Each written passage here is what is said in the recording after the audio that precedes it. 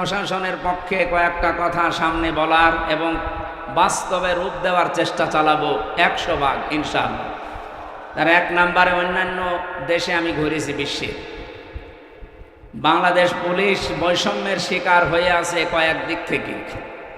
তারা এই যে দুর্নীতি মুক্ত করতে পারে না, তার এক নম্বরে কোনো নেতা খেতা নেত্রীর কথা তাদের শোনার দরকার নেই। আগামীতে ইসলাম যদি আসে তারা চলবে তাদের আইজির কথা মতো। আইজি হবে আবার নিরপেক্ষ। আইজি যদি এই জাহাঙ্গীরনগর ভার্সিটির ভিসির মতো হয়, 3 দিন পরে রেজাল্ট দেবে, তাও যে রেজাল্ট দেওয়া দরকার ওইটা দেবে না। এই জন্য আমরা চাইবো যে ওনাদের বিভাগটা নিরপেক্ষ থাকবে এবং যত প্রশাসনে মানুষ চাকরি করে এই দেশে সবাই চলবে তাদের এই চেইন অফ কমান্ড অনুযায়ী। কোন নেতা খেতা নেত্রী কে বলবে সেইটার ধার তারা যেন আর না ধারে, সেই ব্যবস্থা আগামীতে করা হবে ইনশাআল্লাহ। 2 নম্বরে তাদের একটা বিশাল বদনাম আছে যে তারা বাম হাতের ইনকাম করে। এটা আর নেই কারণ। কয়েকদিন আগে খুলনা রেঞ্জের ডিআইজি এসেছিল আমাদের কুষ্টিয়ায়। ওনার বাড়ি আপনাদের পাশে বগুড়াতে। ওনার আমি বলছিলাম যে স্যার, আমারও নিয়ে গেছে মেহমান করি, যে এই যে 8 ঘন্টার পরে যারা ডিউটি করে, বাংলাদেশে শুধু পুলিশেরই মনে হয় কোনো ডিউটি শেষ নেই, 24 ঘন্টায় ডিউটি। আমি কি বেশি বললাম স্যার? 24 ঘন্টায় ডিউটি না? পৃথিবীতে আপনি এমন একটা দেশ দেখান তো যে 8 ঘন্টার পরে আরো বেশি ডিউটি করলে তাদের ওভারটাইম দেওয়া হয় না। ওনারা 8 ঘন্টা ডিউটি করবে সরকারি, এরপরে যদি ডিউটি করা লাগে 2-4 ঘন্টা 5 ঘন্টা, 1 মাস পরে হিসাব করে ওভারটাইমের বেতন দেওয়া। ওনার উপরে ডিপেন্ডেন্ট ওনার মা বাবা ছেলে মেয়ে বউ আরো অনেক আত্মীয় স্বজন আছে। কারণ তারা মনে করে যে প্রশাসনে আছে, ও মনে হয় 2 হাত দিয়ে উপায় করছে। 2 নম্বরে ওনার যে 30, 32, 35, 40, 42 হাজার টাকা বেতন, বলেন এই যে বাজার চলছে, আপনি একটু কথাগুলো বাস্তবে নিয়ে যাবেন। খালি দোষ দিলেই হবে একজনের। এই লোকটার 42 হাজার টাকা মনে করেন বেতন, অথচ 8 ঘন্টা ডিউটির পরে যত ডিউটি করা হয়, এখান থেকে থানা কয় কিলো আমি জানি না, যেখানেই হোক, এখান থেকে থানার এরিয়া কমপক্ষে 25-30 কিলোমিটার আছে সব মিলে। যেখানেই যাবে ওনারা, ওনার মোটরসাইকেল নিয়ে যাক, গাড়ি নিয়ে যাক, জনগণের খেদমতে যাবে তারা পাহারাদার হিসাবে, অথচ তেল কিনা লাগবে, খাবার খাওয়া লাগবে নিজের টাকা দিয়ে। এটা একটা বৈষম্য না? এই জন্যই তো বাম হাতের ইনকাম করা লাগে বাধ্য হয়ে। আর আমরা একবারে দোষ চাপিয়ে দেই যে পুলিশ মানে ঘুষখোর। ঘুষ খাই কেন? আপনি সেই ব্যবস্থা করে দেন। 8 ঘন্টার পরে ডিউটি করলে ওভারটাইমের টাকা দেওয়া লাগবে, আর যেখানে জনগণের জন্য দায়িত্বে যাবে তাদের খাবারের এবং এই তেল খরচ দেওয়া লাগবে। দেখেন ওরা এরপরে কিছু করে কিনা। এটা ইসলাম আসলে আগামীতে আমরা করব ইনশাআল্লাহ। প্রশাসনের দায়িত্বে আজকে যারা এই মাহফিল শৃঙ্খলা ঠিক রাখার জন্য এসেছেন, আল্লাহ তাদের এই দায়িত্বটা আজকে যেন ইবাদত হিসাবে কবুল করে ইনশাআল্লাহ। মাহফিলের মঞ্চে বসা আছেন সম্মানিত ওলামায়ে কেরাম। আমি এই শব্দটা আলাদা করে বললাম কেন? কারণ আলেমদের মর্যাদা এত বেশি দিয়েছেন আল্লাহ। ইন্নামা ইয়াখশাল্লাহা মিন ইবাদিহিল উলামা। এই পৃথিবীতে সবচেয়ে বেশি ভয় আমি আল্লাহকে করে আলেমরা। কিন্তু আলেম আবার আলেম হওয়া লাগবে। খালি নামের আগে আমার মতো মুফতি লেখা থাকলে আলেম? এখনো পর্যন্ত বাংলাদেশে বহু আলেম, বহু ইমাম খতিব, তারা এই ধান্দায় আছে যে যদি ইসলামের পক্ষে কাজ করি, ইসলাম যদি এবার ক্ষমতায় না যায়, তাহলে আমার ইমামতি থাকবে তো। আরে ভাই, আপনি ইমামতি নিয়ে আসেন, আর আপনার এই সন্দেহ কেন হয় যে ইসলাম এবার আসবে না? 92% মুসলমান এই দেশে, আর যে জোয়ার উঠেছে ডাকসু আর জাকসুর পরে, এদেশে আমার বিশ্বাস ইসলাম এবার রাষ্ট্রে যাবে ইনশাআল্লাহ। কোন সন্তান মাইক হাতে নিয়ে যদি বলে যে আমার বাবা আর সম্পদ আমি পাই কি না পাই আমার সন্দেহ লাগছে, ওটা কি সন্তান নাকি অন্য কিছু? আরে গ্রামের লোক বলবে না যে আপনি নিজের বাবার সন্তান আপনি পাবেন না, মানে আপনি উত্তরাধিকারী সূত্রে তো পাবেন, অন্য কেউ পাবে? সন্তান এটা বললে যেমন পাগল। যে মানুষগুলোর জ্ঞান আছে, যাদের নামের আগে আমরা আলেম লেখা দেখি, এখনো তারা অ্যাক্টিভ না। তাই আপনি আবার কবে হবেন? যদি ইসলাম এসে যায় আপনি কিন্তু সমস্যায় পড়ে যাবেন। 100 ভাগ বিশ্বাস করবেন, আমি তো করি এবার ইসলাম এ দেশের রাষ্ট্র ক্ষমতায় আসবে। আমি শেষে হস্যাই লাগিয়েছি, এটাকে আমি বানালাম। সূরা আলে ইমরানে আল্লাহ জানিয়েছেন, ওয়ালা তাহিনু ওয়ালা তাহজানু ওয়া আনতুমুল আ'লাউনা ইন কুনতুম মুমিনিন। কোনো ভয় নেই, কোনো চিন্তা নেই, দুশ্চিন্তারও কারণ নেই। ওয়া আনতুমুল আ'লাউনা, এখানে আলেম আছে কিনা আমি জানি না, এখানে শব্দ ছিল আনতুম আ'লাউনা। অথচ আল্লাহ পাক আ'লাউনার আগে আলিফ লাম লাগিয়ে দিয়ে নির্দিষ্ট করে দিয়েছেন। আরবি গ্রামার অনুযায়ী মুবতাদা যদি মারিফা নির্দিষ্ট হয়, খবর হবে নাকিরা অনির্দিষ্ট। রব্বুল আলামিন এখানে খবর যেটা নাকিরা অনির্দিষ্ট সেইটাও মারিফা নির্দিষ্ট বানিয়ে দিলেন। খবর যদি কোনো সময় মারিফা হয়ে যায়, ফিদুল হাসরা, হসরের ফায়দা দেয়।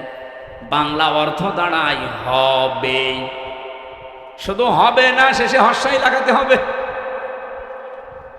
আল্লাহ পাক যেহেতু গ্যারান্টি দিলেন নিজে যে বিজয় তোমরা হবে যদি শুধুমাত্র মুমিন হতে পারো। বাংলার মুসলমানেরা জবান খুলে বলবেন, বিজয় দেওয়ার একচ্ছত্র মালিকানা কার? মুমিন হওয়ার দায়িত্ব কার? আল্লাহ মুমিন হবে, আর আপনি কি করবেন? হ্যাঁ, না হয়নি ভাই। আল্লাহ তো মুমিন আছে, ওনার নামই তো মুমিন। সুতরাং আপনাকে মুমিন হওয়ার শর্ত লাগিয়েছে আল্লাহ। যদি এবার আমরা সত্যিকারের মুমিন হতে পারি, মাস্ট বি আল্লাহ তার কথা রাখবে। নাকি আল্লাহ এরকম যে সকালে এক কথা আর বিকালে আর এক কথা বলে? রব্বুল আলামিন বলেন, আতাম্মাত কালিমাতু রাব্বিকা সিদকাও ওয়া আদলা লা মুবাদদিলা লিকালিমাতি ওয়া হুয়াস সামিউল আলিম। সূরা আনআমের 115 নম্বর আয়াতের ভেতরে পাবেন। 8 নাম্বার পারার 1ম নাম্বার পৃষ্ঠার 11 নাম্বার লাইনে আছে। যত তাফসীর আমি পড়েছি আয়াত নিয়ে, আমার কাছে এই 3টা বিষয় ধরা পড়েছে। আল্লাহ পাক বলেন, হে নবী, আমি যে কালাম পাঠালাম এর প্রত্যেকটা কথা সত্য। 2 নম্বরে সিদক ওয়া আদলা, এটা ন্যায় ইনসাফ দিয়ে পরিপূর্ণ। 3 নম্বরে আমার কোরআনে আমি যা বললাম কিয়ামত পর্যন্ত কোনো পরিবর্ধন নেই। যা বলেছি ওটা হবে। এই জন্য আমরা এত সাহস নিয়ে বলতে পারছি এবার ইসলাম জায়গা মতো যাবে ইনশাআল্লাহ। এই জন্য যারা এখনো দদুল্লামার অবস্থায় আছেন যে জমি বাবার পাই কি না পাই, এ ধান্দা কি ভালো? আপনি তাহলে মনে হয় অন্য কারো সন্তান। বাংলাদেশের বৈধ নাগরিক আমরা, 92% মানুষ আমরা এখানে মুসলমান। এবার আপনি 100 ভাগ বিশ্বাস নিয়ে বাড়ি যেতে পারেন। যেভাবে জোয়ার উঠেছে, ঝড় উঠলে ঝরা পাতাগুলো আকাশে ওঠে। এবার ঝড় উঠেছে, অবশ্যই এই ঝড়ে কেউ কেউ যারা আমরা পড়ে আছি নিচে, আমাদেরকে আল্লাহ উপরে তোলার জন্য এই ঝড় সৃষ্টি করে দিয়েছে। জাহাঙ্গীরনগর বিশ্ববিদ্যালয়ে মুসলিম শব্দ পর্যন্ত বাদ দেওয়া হয়েছিল। ইসলামী সাবজেক্ট যে কয়টা ছিল, কেউ পরিচয় দিলে তাকে হত্যা করা কোনো ব্যাপারই না, এরকম জায়গা ওইটা। অথচ সেখানে আজ নারায়ে তাকবীর আল্লাহু আকবার ধ্বনি উঠতেছে। এটা একটা আশ্চর্য না? এতগুলো কাজ আল্লাহ যখন করে দিচ্ছে সামনে রাখছো চক্ষু যাই আছে, আমার মনে হচ্ছে আল্লাহ সবগুলোতে বিজয় দেবে ইনশাআল্লাহ। দল মত জাতি বর্ণ ধর্ম নির্বিশেষে, যেহেতু গোবিন্দগঞ্জ নাম শুনলে বোঝা যাচ্ছে এখানে অন্য ধর্মের লোক আছে, এজন্য সবাইকে নিয়ে আমরা আল্লাহর দরবারে শুকরিয়া জানাচ্ছি, যেহেতু তাদেরও মালিক আল্লাহ।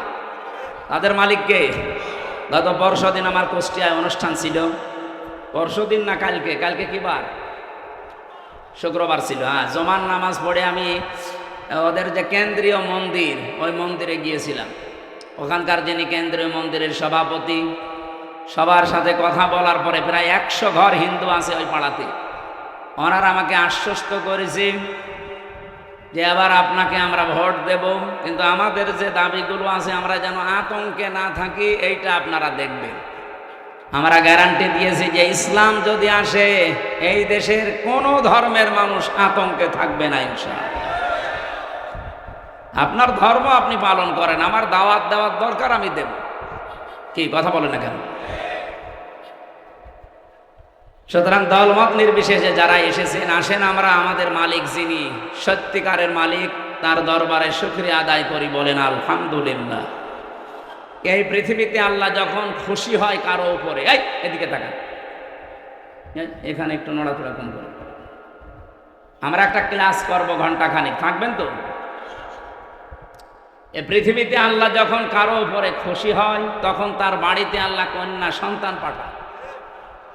তাহলে যাদের মেয়ে আছে আপনি বিশ্বাস করতে পারেন যে আল্লাহ আপনার উপরে অন্তত খুশি হয়েছে।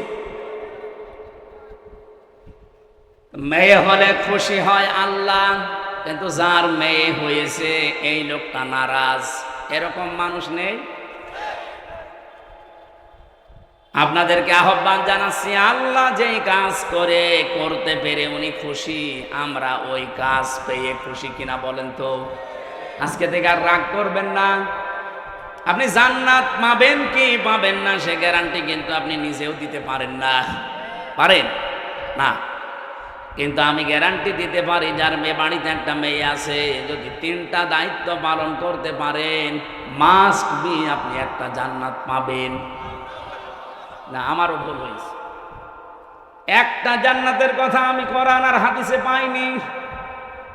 কোন মানুষ যদি পৃথিবীতে একটা মেয়ে লোকের জন্য 3টা কাজ করে আল্লাহ তাকে জান্নাত দেবে, এই কথা পেয়েছি। কিন্তু যত জায়গায় আপনি জান্নাতের বর্ণনা দেখতে পাবেন কোরআনে, আপনি দেখবেন অধিকাংশ জায়গায় আল্লাহ বহু বচন দিয়েছেন। আপনি একটু চেষ্টা করেন কোরআনের এই আয়াতটা বোঝার। জান্নাতিন তাজরি মিন তাহতিহাল আনহার ওয়া মাসাকিনা তাইয়্যিবাতান ফি জান্নাতি আদ। এই যে শব্দের ভেতরে 2টা জান্নাত বললাম, 2টাই কিন্তু বহু বচন। আল্লাহ এক বচন দিতে পারতেন, একটা জান্নাত বহু বচন, মাসাকিন বহু বচন দিলেন কেন? আমরা যারা আরবি গ্রামার বুঝি, পৃথিবীর বহু ভাষায় আমরা দেখেছি এক বচন বহু বচন আছে, কিন্তু আরবের নিয়মটা আলাদা। এখানে এক বচন আছে, দ্বিবচন আছে, বহু বচন আছে। আমি আয়াতটা নিয়ে গবেষণা করলাম, যে চিন্তা করে দেখলাম যে আল্লাহ জান্নাতের কথা বলতে গেলে এখানে বহু বচন লাগিয়েছেন কেন? যেহেতু আরবিতে এক বচনের পরে দ্বিবচন হয়, এরপরে 2-এর উপরে গেলে সেটা বহু বচন হয়। রব্বুল আলামিন তাফসীর পড়তে গিয়ে আমার মাথায় এসেছে এটা, পৃথিবীতে মানুষকে যদি আল্লাহ জান্নাত দেয়, যেহেতু বহু বচন আছে, কম পক্ষে 2 হলে বহু বচন হয় না, 3 হওয়া লাগে। কথা বলেন না কেন? তাহলে আপনি যদি জান্নাত একটা পান, কম পক্ষে 3টা জান্নাত পাবেন। আমার কথা মনে হয় বোঝেন না। আপনাকে আল্লাহ জান্নাত দেওয়ার ওয়াদা দিয়েছেন নবীজির মাধ্যমে, একটা মেয়ে হলে জান্নাত দেবে। তাহলে একটা জান্নাত হচ্ছে, তার মানে কয়টা বলেন? হাদিসের ভাষায় একটা জান্নাতও যদি আল্লাহ দেয় এই পৃথিবীর 10 পৃথিবীর সমান, তাহলে 3টা দিলে এগুলো তো সব হাওয়ায় ঘুরছে। এই বিশ্বাসটা আপনাকে তৈরি করা লাগবে মুমিন হিসাবে। তাহলে একটা মেয়ে হলে কমপক্ষে আপনি 30টা জান্নাতের মালিক হবেন, এই দুনিয়ার পরিমাণ। ধরে বলেন সুবহানাল্লাহ। কিন্তু কাজ করা লাগবে এই মেয়ে লোকের জন্য কয়টা? 3টা। 1 নম্বরে আপনি খুশি হয়ে তাকে আদর যত্ন দেবেন, ভালোবাসবেন। 2 নম্বরে তাকে দ্বীন শেখাবেন। 3 নম্বরে সৎ পাত্র দেখে পাত্রস্থ করবেন। হ্যাঁ, আমি দেখেছি বাংলাদেশের বহু বাবা মা গার্জিয়ান এই 3টা হয়তো একটা করে, বাকি দুইটা অধিকাংশ পিতা মাতায় করতে চায় না। আর সন্তান হলে উনি খুশি, ওর পেছনে খরচ করে, ভালোবাসা দেয়, মহাব্বত দেখায়, কিন্তু 2 নম্বরে তাকে দিন শিক্ষা দেওয়া লাগবে। এইটার বেলায় অনেকে উদাসীন, গাফেল। এমনকি এখন যিনি দায়িত্বে আছেন উনি কিন্তু 2 নবীর নাম নিয়ে বসে আছেন, ডক্টর মোহাম্মদ ইউনুস। কয় নবী? মোহাম্মদ একটা, ইউনুস একটা। অথচ যে কয়েকদিন আগে 1 থেকে 5 পর্যন্ত প্রাইমারিতে শিক্ষক নিয়োগ দেওয়া হয়েছে গানের। কথা বলছেন, শরীর চর্চার। আপনি একজন মুসলমান 2 নবীর নাম নিয়ে বসে আছেন চেয়ারে। 92% মুসলমানের দেশে আপনি নাচের মাস্টার নিলেন, শরীর চর্চার মাস্টার নিলেন, গানের মাস্টার নিলেন, একটা আলেমকে দিয়ে কোরআন শিক্ষার মাস্টার নেওয়া যায়নি? এ দাবি আমরা জানাচ্ছি আজকে। সারা বাংলাদেশের মুসলমানদের এবং মানুষের একই দাবি যে আপনি যেহেতু ফেব্রুয়ারির 12 তারিখে নির্বাচন দিয়ে চলে যাবেন, যান, এমন একটা কাজ করে যান যেহেতু আপনি অমর হয়ে থাকবেন। আমরা মুসলমানের এই দেশে 1 থেকে 5 পর্যন্ত একটা ধর্মীয় শিক্ষা চাই না? চাই না? কারা চান দেখি? লিল্লাহে তাকবীর। দেখেন তো হাত তুলেছে কিনা?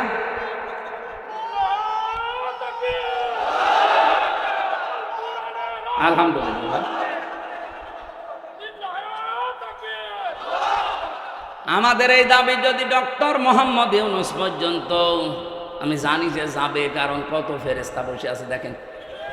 এই যে কিরামান কাতিবিন না, পৌঁছিয়ে দেবে জায়গা পর্যন্ত। ওনার কান পর্যন্ত যাওয়ার পরও যদি কিছু নাও করে, আমার আরশ পর্যন্ত চলে গেছে।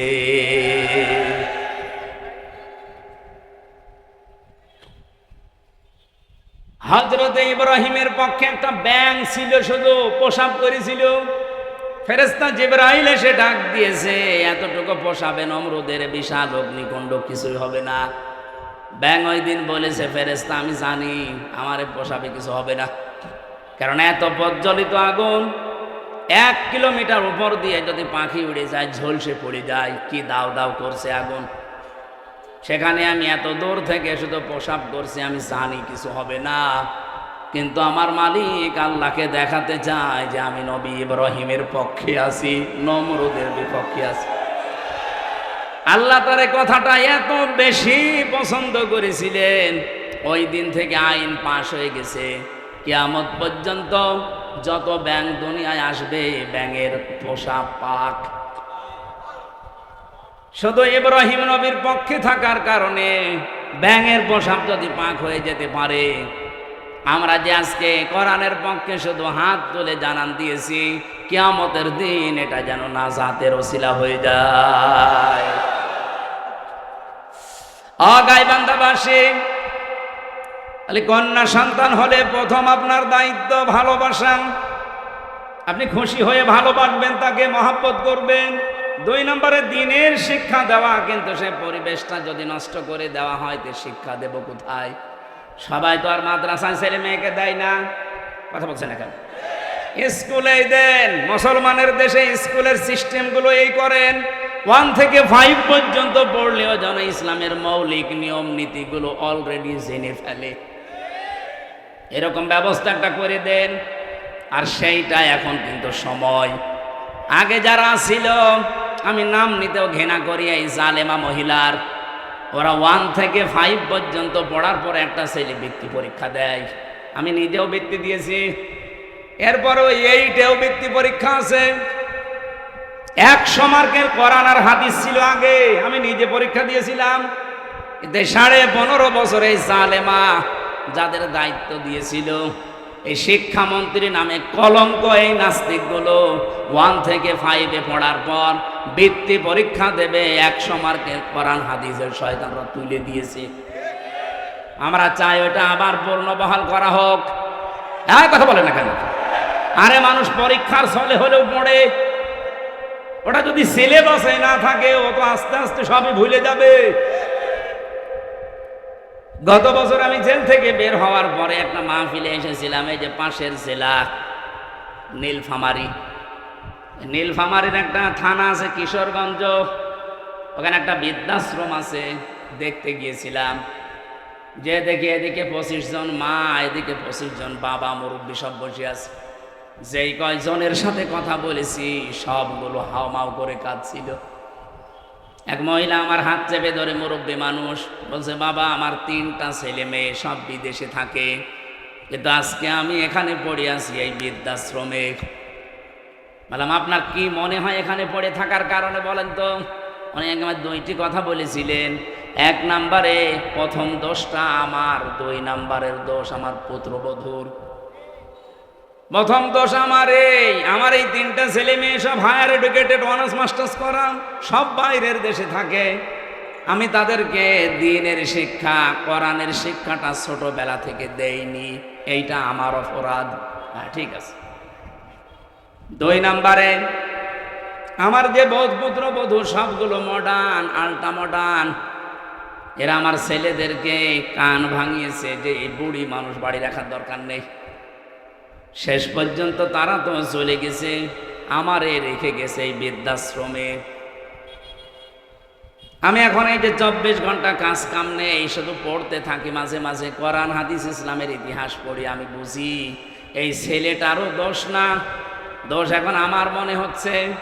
কারণ আল্লাহর কোরআনের যে জ্ঞানটা, ওয়াকাদা রাব্বুকা আল্লা তা'বুদু ইল্লা ইয়্যাহু ওয়া বিল ওয়ালিদাইনি ইহসানা। আল্লাহ বলেন আমি রায় দিলাম, আমি রায় দিয়ে দিলাম, সিদ্ধান্ত দিলাম, ফায়সালা দিলাম, আমি আল্লাহ লিখে দিলাম, আমি আল্লাহ ছাড়া কারো ইবাদত করা যাবে না। আর তোমাদের মা বাবা যাদের আছে তাদের সাথে ভালো ব্যবহার করা লাগবে। আল্লাহর পরে যাদের স্থান তারা কারা? বলেন বলেন। সেই মা বাবা, তাদেরই তারা স্থান জানে না, কারণ তারা এ বিষয়ে জ্ঞান অর্জন করে নাই। তাদেরকে যেহেতু আমরা শেখাতে পারি না, এই জন্য প্রথম দোষটাই আমার। আমরা আশা করব যারা দায়িত্বে আছেন আপনারাও মুরব্বী হবেন। আপনাদের আগামী প্রজন্ম যদি বৃদ্ধাশ্রমে আপনাদের রেখে না আসে, আল্লাহর পরে আপনার স্থান এটা যদি না জানে, আপনাদের কপালেও আসতেছে। যেন আমার মনে হয় এই মুহূর্তে 1 থেকে 5 পর্যন্ত এমন সিস্টেম করা দরকার, মানুষ যেন হাফ আলেম হয়ে যায়। এ দাবি কি শুধু আমার একার না সবার? মেয়েটার জন্য 3 নম্বরে আপনি সৎ পাত্র দেখবেন। আজ মেয়ের বাবা যারা, অনেকে সৎ পাত্র দেখে না, দেখে যে এ ছেলের মাল আছে কিনা, নাকি এ জেলায় সব নেই। বলেন তো, নবীজি তার 4টা মেয়ে বিয়ে দিয়েছিলেন, সবচাইতে আদরের যেটা ফাতেমা তো জহরা। কত ধনী এই মানুষের সন্তান বিয়ের প্রস্তাব দিয়েছে, বিশ্বনবী বলেন না। উনি যদি চিন্তা করতেন যে ধনী মানুষের কাছে দিলে আমার মেয়ে সুখে থাকবে, মক্কার বহু ধনাঢ্য মানুষেরা তাদের প্রস্তাব দিয়েছিল, একটাতেও রাজি হয়নি। এমন একটা মানুষের সাথে নবীজি রাজি হয়েছেন যার নিজের বাড়ি বলেও ছিল না, নবীর বাড়িতে থাকতো। এজন্য সৎ পাত্র হওয়া লাগবে। আমি ঝিনাইদহে একটা বাড়িতে অনুষ্ঠানে ছিলাম, আমাকে চা দিল, কাপ দিয়েছে স্যার, কিন্তু পিরিচ দেয়নি। অথচ লোকটা টিওনো, আপনি টের পাচ্ছেন? আমি তো হেসে ফেলেছি, জ্ঞানী মানুষ তো বুঝে ফেলেছে। আমার দিকে তাকিয়ে বলছে, হুজুর আপনি কেন হাসলেন? আমি কিন্তু জানি আপনি মনে করছেন আমি টিওনো। আমি একটা থানা পুরা উপজেলার প্রধান, আমি আপনাকে চা খেতে দিয়েছি, শুধু কাপে পিরিচ দেয়নি নিচে, আপনি হাসলেন। বাস্তবতা এইটা, গত পরশু দিন এই পিরিচটা ভেঙে গেছে, কাপটা নিচের যেটা। আমি ইচ্ছা করলে কিনতে পারতাম, এরকম 1000টা পিরিচ কিনতে পারতাম। গতকালকেও আমার অফিসে একটা বিশাল বান্ডিল এসেছিল, শুধু সই করতে বাকি। সই করে দিলে ওই 8 লাখ টাকা আমি পেয়ে যেতাম। এইরকম পিরিজ হাজার হাজারটা কিনতে পারতাম।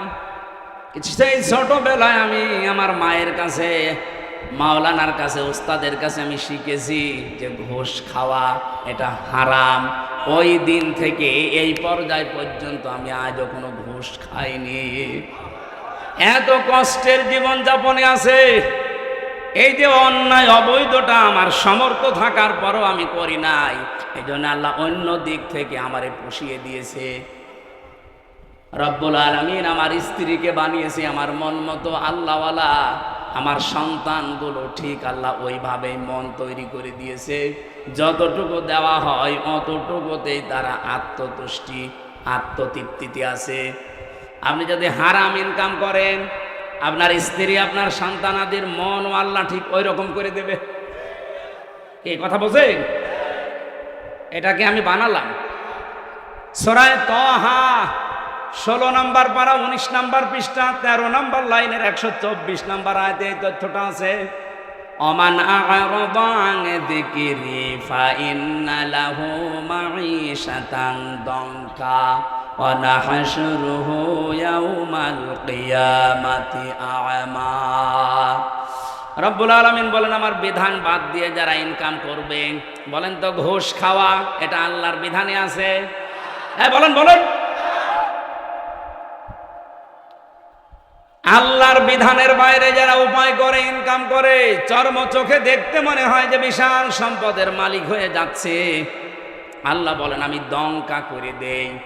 ওর জীবনের এই উন্নতিতে কোনো বরকত থাকে না। হ্যাঁ, হয়তো প্রতিদিন 2 লাখ টাকা করে আসবে ঠিক, কিন্তু 2.5 লাখ টাকা চলে যাবে এরকম রাস্তা বানিয়ে দেব। আসবে প্রতিদিন বৈধ অবৈধভাবে 2 লাখ করে, যাবে প্রতিদিন কত? লাভ হচ্ছে না লস হচ্ছে? এটা তো একটা গেল। সবচাইতে বড় বিষয়, আমি ওর অন্তর থেকে শান্তি তুলে নেব।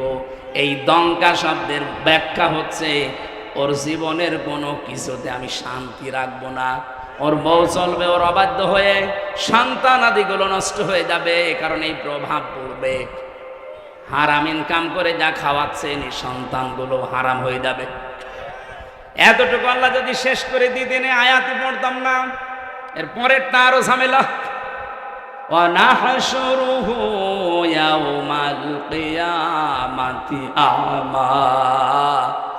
কিয়ামতের দিন ওকে যখন তুলবো, ওর চোখ থাকবে না, অন্ধ হয়ে উঠবে। আমি আল্লাহর সামনে দাঁড়িয়ে বলবে, ক্বালা রাব্বি লিমা হাসারতানি আ'মা। হে আল্লাহ, আমার তো চোখ ছিল, আমি অন্ধ কেন? রব্বুল আলামিন এবারে মানে কঠিন কথা জানালেন যে আমি ওকে সঙ্গে সঙ্গে ধমক দেব। ক্বালা কাযালিকা আতাতকা আয়াতুনা ফানাসিতাহা। তোর সামনে আমার আয়াতগুলো এইভাবেই তেলাওয়াত হতো। হাজার হাজার আলেম ওলামা নবী রাসূলরা তোকে এইভাবে শুনিয়েছে। আমার আয়াতগুলো শোনার পরে এভাবে না শোনার ভান করেছিলি, জানার পরে যেভাবে না জানার ভান করতিস, যেভাবে ভুলে গিয়েছিলি জানার পরে, আজকে তোরে আমি আল্লাহ ভুলে গেলাম। তুই যে আমার বান্দা ছিলি, তুই যে আমার বান্দি ছিলি, কোনো দিন আমার এই জবানে তোর নাম আমি আর উচ্চারণ করব না। বলেন নাউজুবিল্লাহ। ও গাইবান্ধাবাসী, কিয়ামতের দিন যদি আল্লাহ আমাকে না ডাকে, আমার নাম ধরে তার জবানে, আপনার নাম ধরে যদি কিয়ামতে আল্লাহর ডাক না দেয় যে তোর নাম আর কোনোদিন উচ্চারণ হবে না, যা।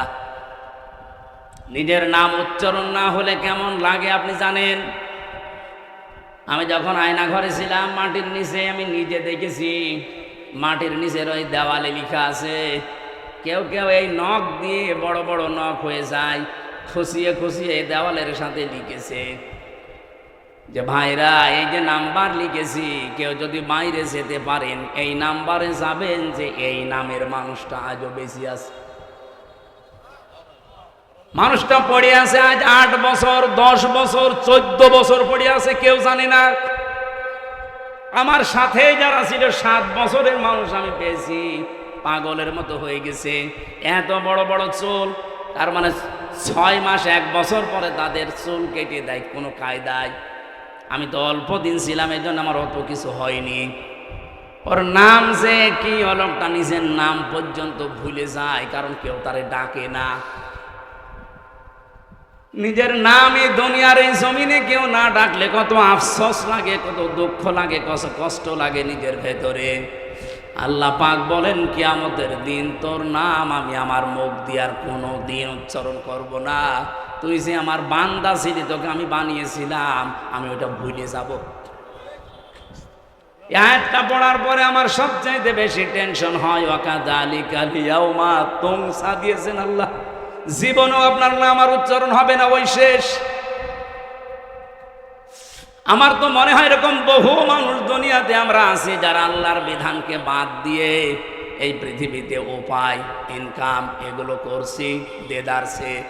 আশা করছি এই মাইকের আওয়াজ শোনার পরে এই মানুষগুলোর জীবন থামবে। আল্লাহ যেন তৌফিক দাও মানুষকে, বলেন আমিন। কন্যা সন্তান হলে যে দায়িত্বগুলো পালন করা লাগে, এগুলো যদি সত্যি আমরা করি, আল্লাহ যেহেতু খুশি, উনি জান্নাত দেওয়ার ঘোষণা দিয়েছেন। মেয়ে যাদের আছে, আল্লাহ কমপক্ষে যেন 3টা জান্নাতের মালিক তাকে বানান, আমিন। দ্বিতীয় নম্বরে হাদিস হচ্ছে, আল্লাহ যদি ওই লোকটার উপরে আর একটু খুশি হয়, তখন তার বাড়িতে আল্লাহ মেহমান পাঠায়। যদি আর একটু বেশি খুশি হয়, তখন তাকে রোগ ব্যাধি দিয়ে একটু পরীক্ষা চালায়। যদি আল্লাহ আর একটু বেশি খুশি হয়ে যায়, সর্বশেষ তখন ওই এলাকায় আল্লাহ বৃষ্টি নাজিল করে। সিস্টেম অপর পৃষ্ঠায় দেখুন, রব্বুল আলামিন বলেন, এটা হাদিস মুসলিম শরীফ, এই পৃথিবীতে আমি আল্লাহ যদি কারো উপরে রেগে যাই, তার 1 নম্বরে তাদের উপরে যে মানুষগুলো দুনিয়ায় যৌতুক খায়। এদেশে তো যৌতুক নেই। যৌতুক এটা মানবতার সাথে মহা কৌতুক। আমি এ কোরআন হাতে নিয়ে গ্যারান্টি দিতে পারি, এবার যদি ইসলাম যায়, বারবার তো মেয়ে লোককে আমরা পাঠিয়েছি, 2 মহিলা এটার একটাও করে নাই। ইসলাম যদি এবার যায়, সর্বপ্রথম যৌতুক নামে এই কৌতুককে ঝাঁটা পিটা করে বিদায় করা হবে।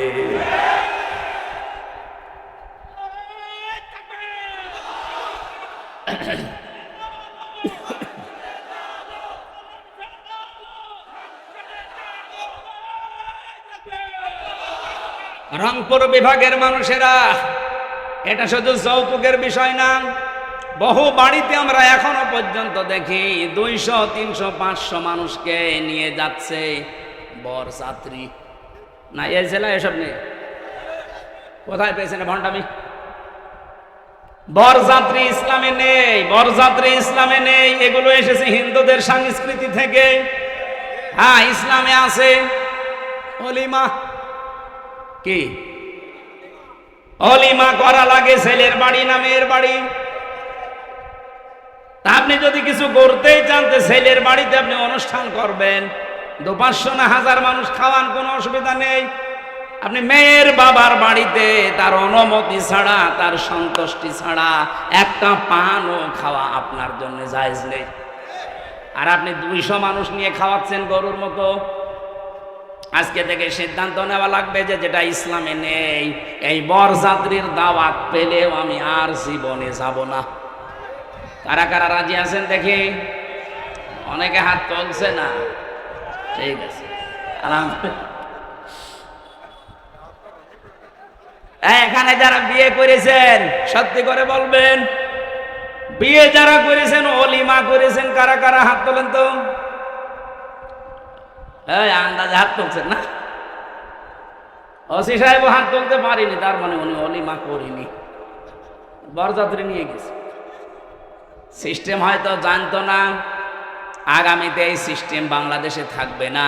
এদেশে যদি মেয়ে বিয়ে করতে চান, আপনি বিয়ে করে নিয়ে এসে অলিমা করবেন ছেলের বাড়িতে। যৌতুকের টাকা না খেয়ে আমার মনে হয় পায়খানা করে খেয়ে ফেলা ভালো।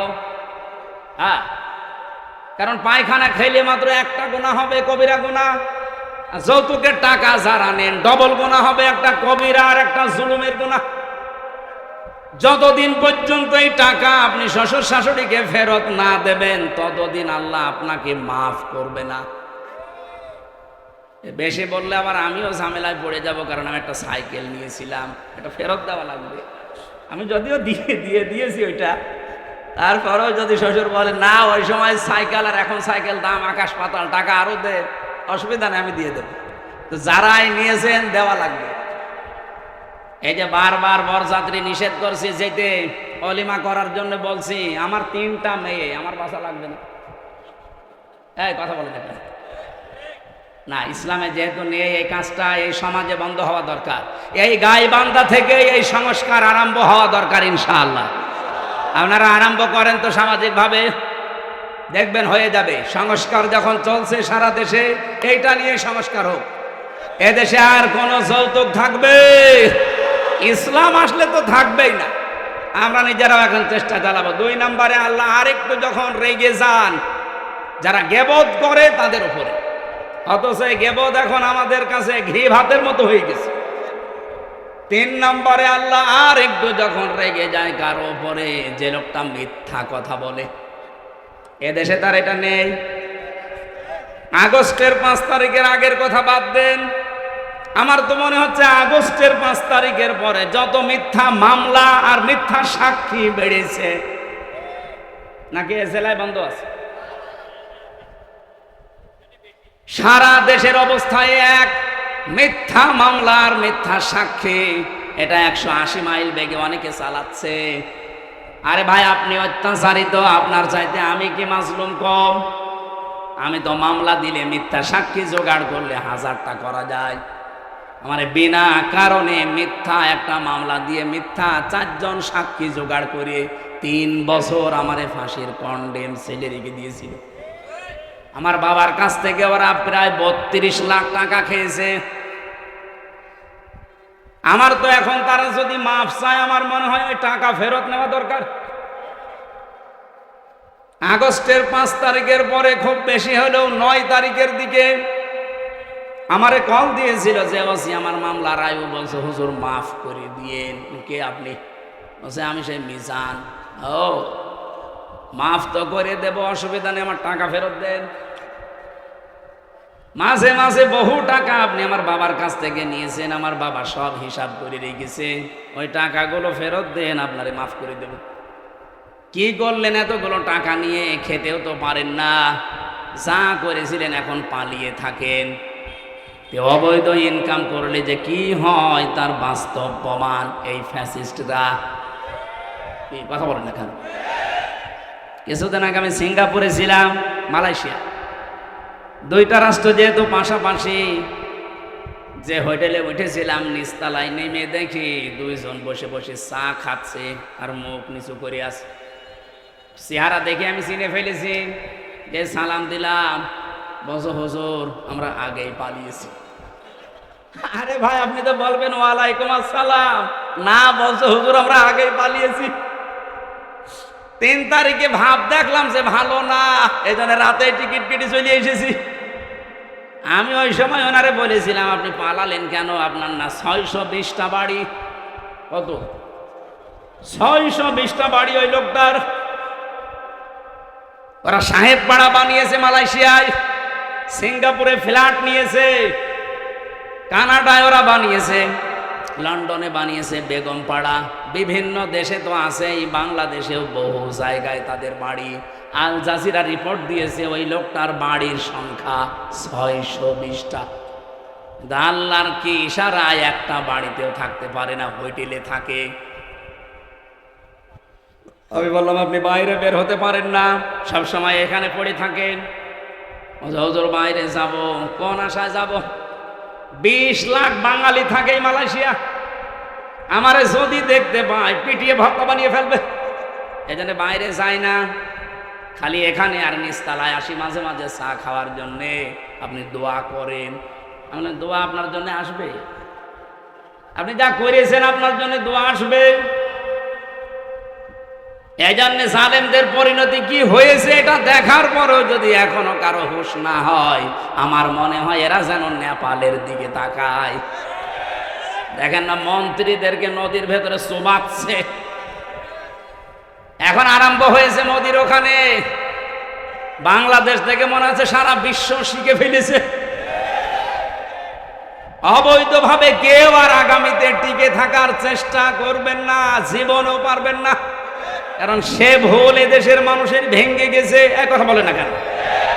এই দেশ থেকে শিক্ষা নিয়েছে সিরিয়া, এই দেশ থেকে শিক্ষা নিয়েছে নেপাল, এই দেশ থেকে শিক্ষা নিয়েছে দাদারা। দেখেন কি হয় দাদার। আমার তো মনে হয় কোরআন হাদিস পড়ে যতটুকু পেয়েছি, মোদির করুণ পরিণতি হবে এই কারণে শয়তান আল্লাহর ঘর টুকরা টুকরা করেছে। আল্লাহর কত ঘর সে ভেঙেছে বলেন তো। আল্লাহর ঘরের ইট পাথর খোলে নাই, ওর কপালে লাগিয়েছে এটা। দেখেন কি টুকরা টুকরা হয়। আল্লাহ পাক বলেন ইন্নাহুম ইয়াকিদুনা কাইদা ওয়া আকিদু কাইদা ফামাহিলিল কাফিরিনা আমহিলুহুম রুয়াইদা। পৃথিবীর মানুষেরা বিভিন্ন ষড়যন্ত্র চক্রান্ত করে, তখন আমি ঢিল দেই।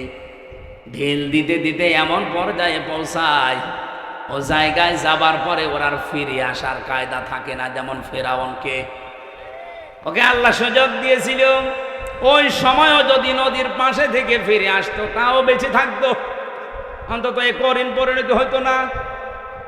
ওর বৃদ্ধি এত বেড়েছিল, ফেরেশতা জিবরাইলকে আমার আল্লাহ একটা ঘোড়া দিয়ে পাঠিয়ে দিয়েছিলেন, মেয়ে ঘোড়া, মাদি ঘোড়া। ফেরাউন যেটা চড়েছিল ওটা টাট্ট ঘোড়া।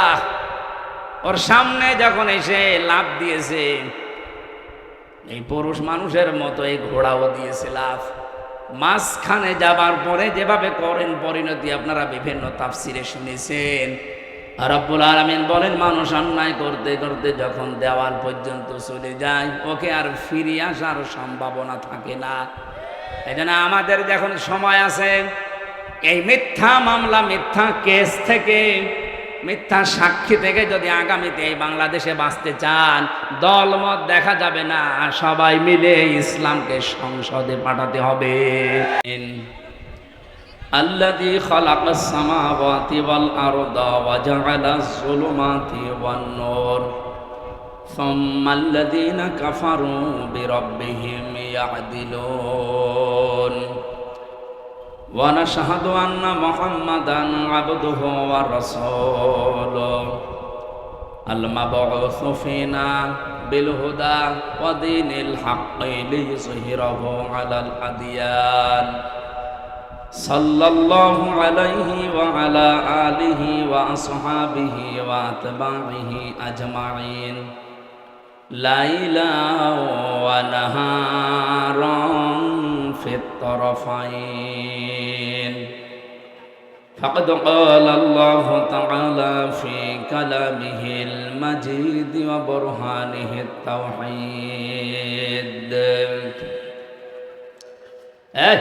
আপনারা কথা বন্ধ করেন।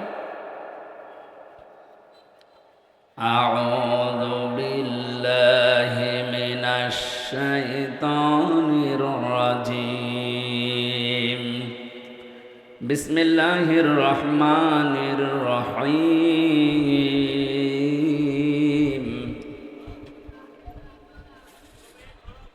ইয়া বানি আদম قد أنزلنا عليكم لباسا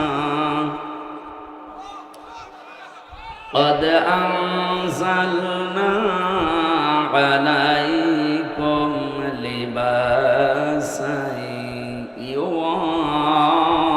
يواري سوآتكم وريشا ولباس التقوى بالخير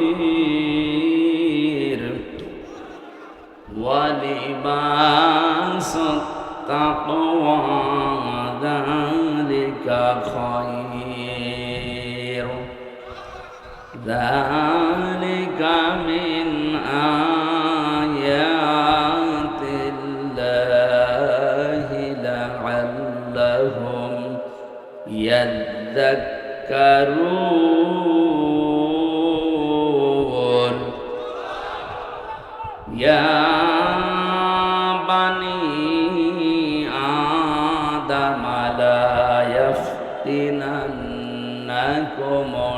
الشيطان كما أخرج أبويكم من الجنة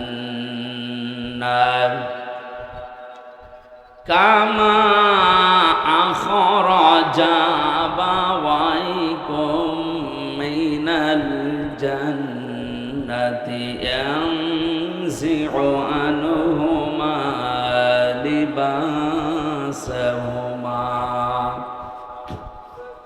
ينزع عنهما لباسهما ليريهما سوآتهما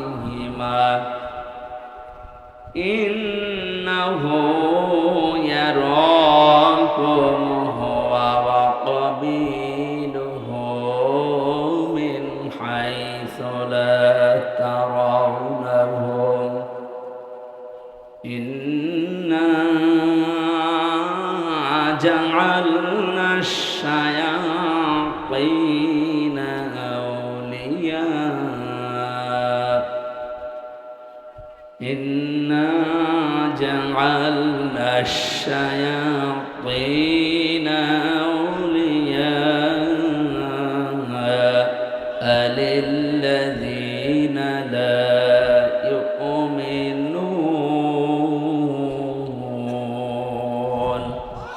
اللهم صل على سيدنا مولانا محمد وعلى آل سيدنا مولانا সুন্নাত নয় শুধু দাওয়াতের মেহমান সুন্নাত নয় শুধু খাওয়া শেষে মধুপান আরো কিছু সুন্নাত আছে তুমি জানো কি জানলেও জীবনে কখনো তা মানো কি সুন্নাত শুধু নয় মাজলুম সহায়ক সুন্নাত ওহুদে জালিমের প্রতিরোধ সুন্নাত শুধু নয় মেষ চরাতে যাওয়া আর সুন্নাত হলো রাষ্ট্রনায়ক হওয়া মহাব্বতে তার সুদিনের সাথী তুমি হামজার মতো তার পাশে থাকো কি আরো কিছু সুন্নাত আছে তুমি জানো কি জানলেও জীবনে কখনো তা মানো কি আলহামদুলিল্লাহ ব্যবসায়ীদের উদ্যোগে গোবিন্দগঞ্জ গাইবান্ধা তাফসীরুল কোরআন মাহফিল যদিও সিরাতের মাস চলছে নবীজির জন্মের মাস ইন্তেকালের মাস আপনারা সিরাত অনুষ্ঠান দিতে পারতেন তাফসীরুল কোরআন মাহফিল যেহেতু দিয়েছেন আমরা তাফসীর আকারে কিছু কথা বলবো ইনশাআল্লাহ আমার আজকের আলোচনার বিষয় শয়তানের প্রথম হামলা এবং তার পদ্ধতি মানুষের উপরে যে শয়তানের প্রথম হামলা কেমন ছিল কিভাবে ও হামলা করেছিল আমরা ওই কথাগুলো আজকে কোরআনে কারীম থেকে জানার চেষ্টা চালাবো ইনশাআল্লাহ গোলাপবাগ কুঠিবাড়ি কেন্দ্রীয় ঈদগাহ ময়দান গোপালগঞ্জ নাকি গোবিন্দগঞ্জ গোপালগঞ্জ তো মনে হয় আর নেই আছে ওটা তো সেদিন বলেছিলাম যে আশপাশে যে 3টা জেলা আছে ভাগ করে দিন কারণ ও জেলাকে মানুষ যেভাবে গালি দিচ্ছে আমার মনে হচ্ছে ও জেলা যদি থাকে 32 যেমন 33 হয়ে গেছে না জানি আবার কবরও হারিয়ে যায়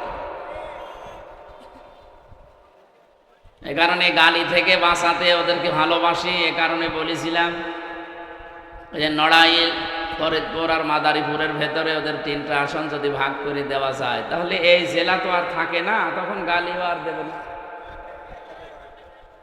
কিন্তু আজকে তো আর গোপালগঞ্জ না, গোবিন্দগঞ্জ।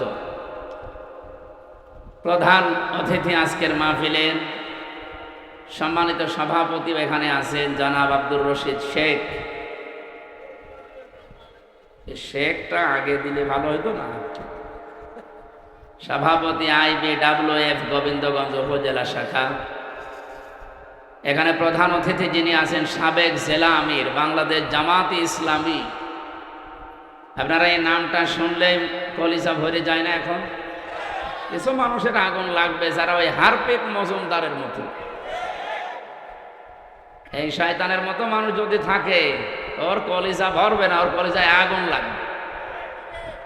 আর আমরাও দোয়া করি মত বিপাইছি খুব, ও হিংসায় যেন জ্বলে পুড়ে মরে যায়। এখানে আপনারা ভুল লিখেছেন, এটা লিখেছে কারা? গোবিন্দগঞ্জ গাইবান্ধার 4 আসনের MP পদপ্রার্থী না, বাংলাদেশ জামাত ইসলামী থেকে যে 300 মানুষের নাম ঘোষণা হয়েছে কেউ MP পদপ্রার্থী না, সব নমিনি।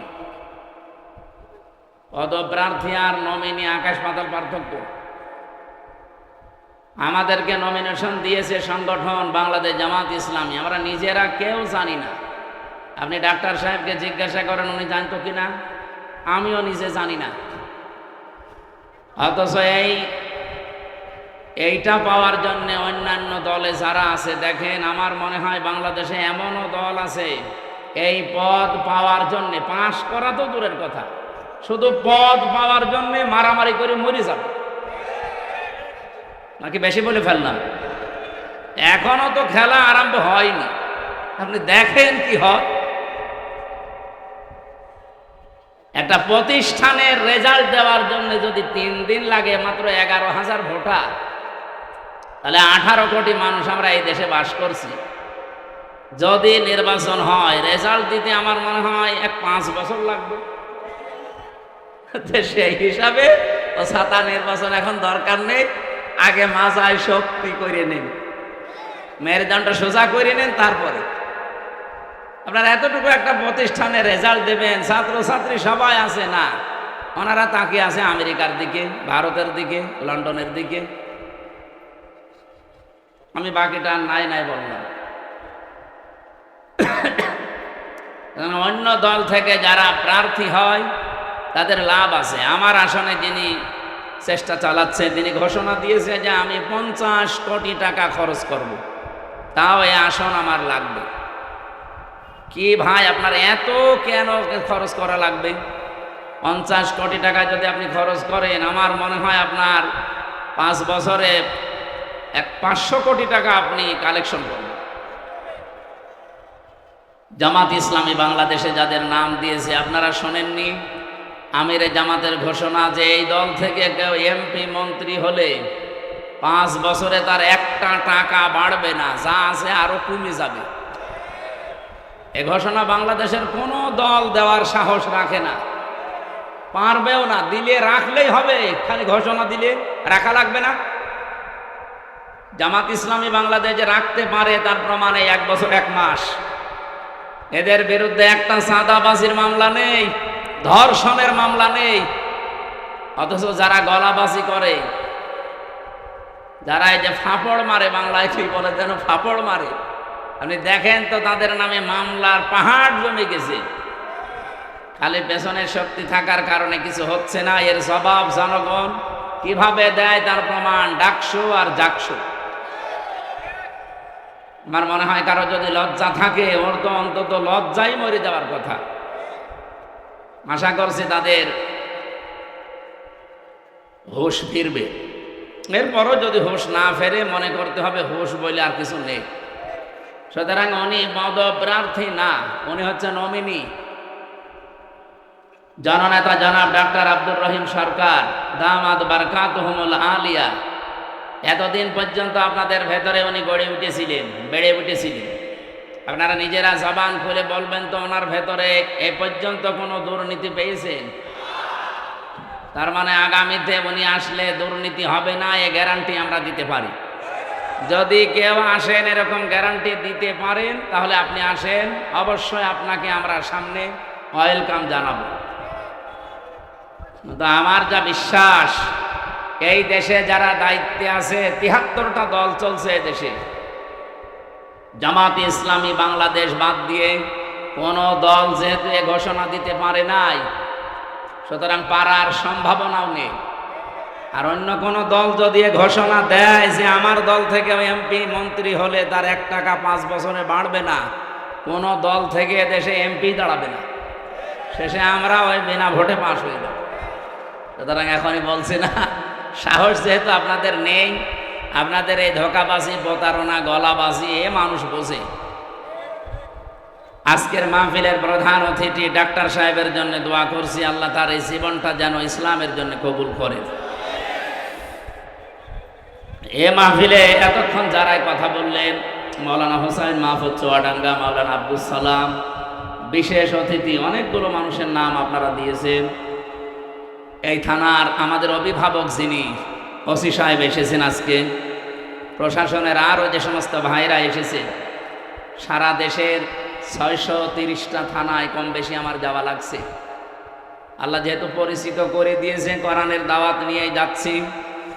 আর যে জোয়ার দেখতে পাচ্ছি, যদি এবার ইসলাম আসে, আমি